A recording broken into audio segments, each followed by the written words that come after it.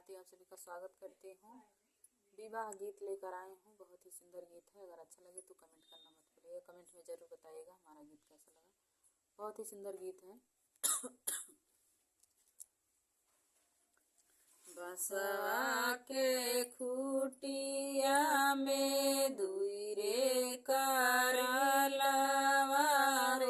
एकरे बांसुरिया एक बांस हो, एकरे बांसुरिया एक बांस हो।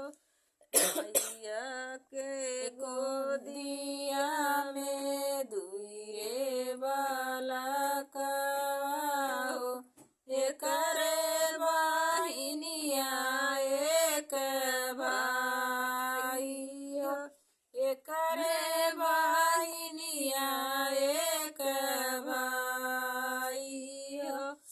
मई कहल बेटी 10 कोस बियाह, मैया कहेली दुई चारी हो, मैया कहेली दुई चारी हो। भैया कहल बहिना काशी में बियाह, नीति उठी करे स्नान हो, नीति उठी करे स्नान हो।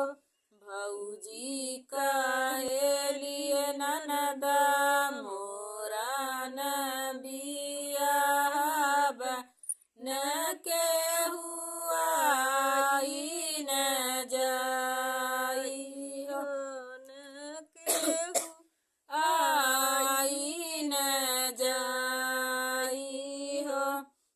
किया तोर भाऊजी हो नोनवा चोरावाली हो, किया तेल दियाली ढरकाई हो, किया तेल दियाली ढरकाई हो। नाही मोर ननदो हो नोनवा चोरावाली हो, नाही तेल दियाली ढरकाई हो, नहीं तेल दियाली ढरकाई हो। राम रसोइया ननदा बिरहे के बोलाली हो, ओही भैली बाईरिनी हमार हो, ओही भैली बाईरिनी हमार हो। बाईरिनी बाईरिनी जनिका सरहजी, बाईरिनी प्राण आधार हो, बाईरिनी प्राण आधार हो। ओही बाईरिनिया के कारण सरहजी, देखली में देशवा तोहार हो, देखली में देशवा तोहार हो। बैरिनी